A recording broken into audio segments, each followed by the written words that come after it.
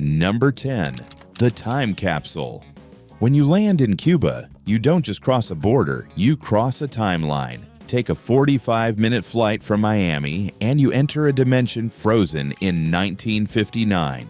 No Starbucks, no Amazon trucks, no McDonald's. The streets are a living museum of American cars from the Eisenhower era, Soviet-era apartment blocks, and Spanish colonial architecture slowly crumbling into the Caribbean Sea. But don't mistake this for a theme park. This is a survival zone. Because of the U.S. embargo since 1962 and a centralized communist economy, Cuba has been isolated for over 60 years. The average state salary? $15 to $20 per month. Not per day, not per week, per month.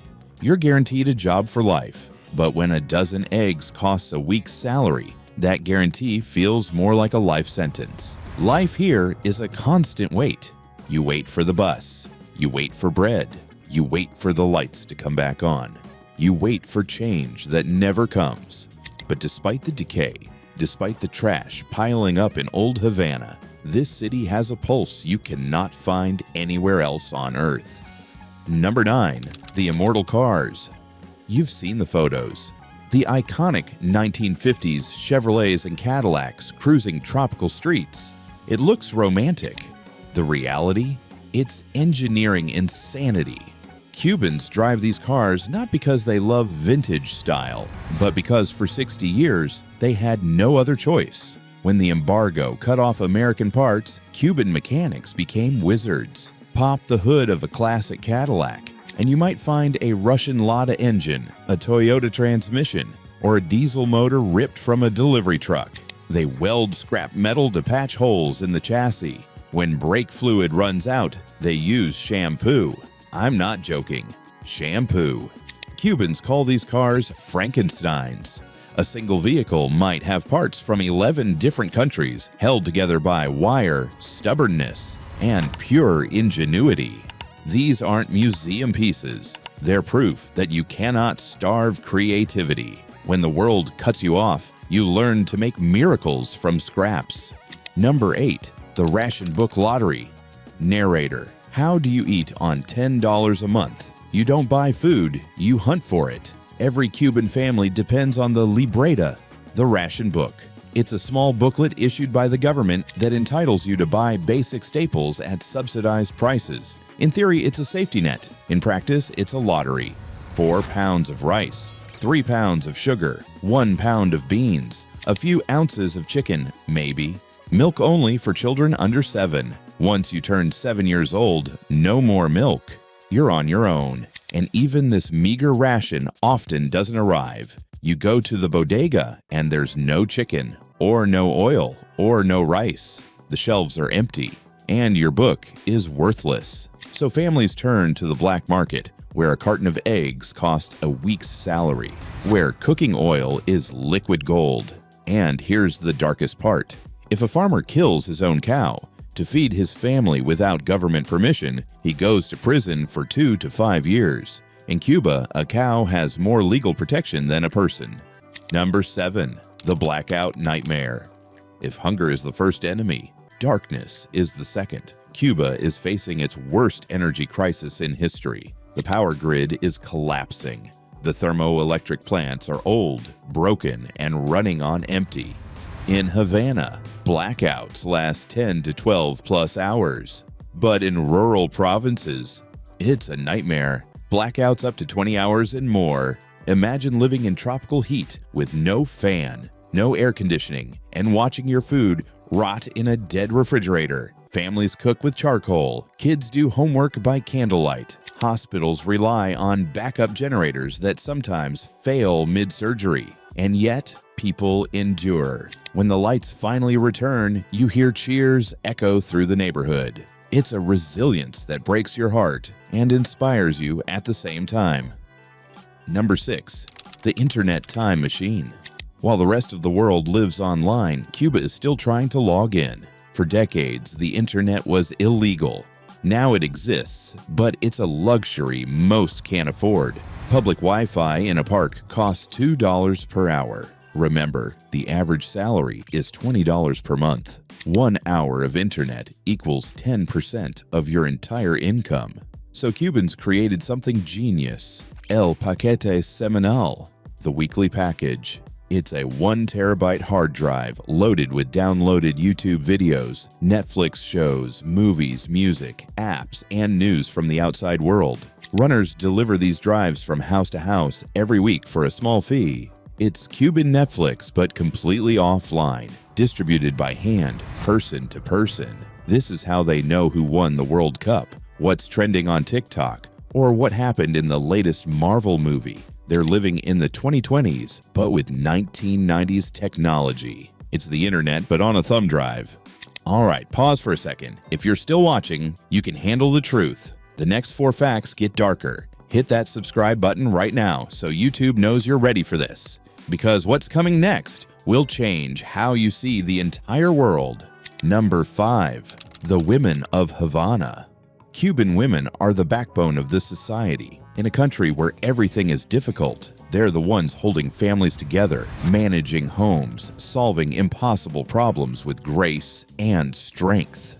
Cuba has some of the best female doctors and scientists in Latin America, thanks to an education system that, despite everything, is still free and universal. But when the sun goes down, Havana reveals a different reality. Around 10 p.m., the streets near tourist hotels fill up. While prostitution is technically illegal, economic desperation has created a gray zone.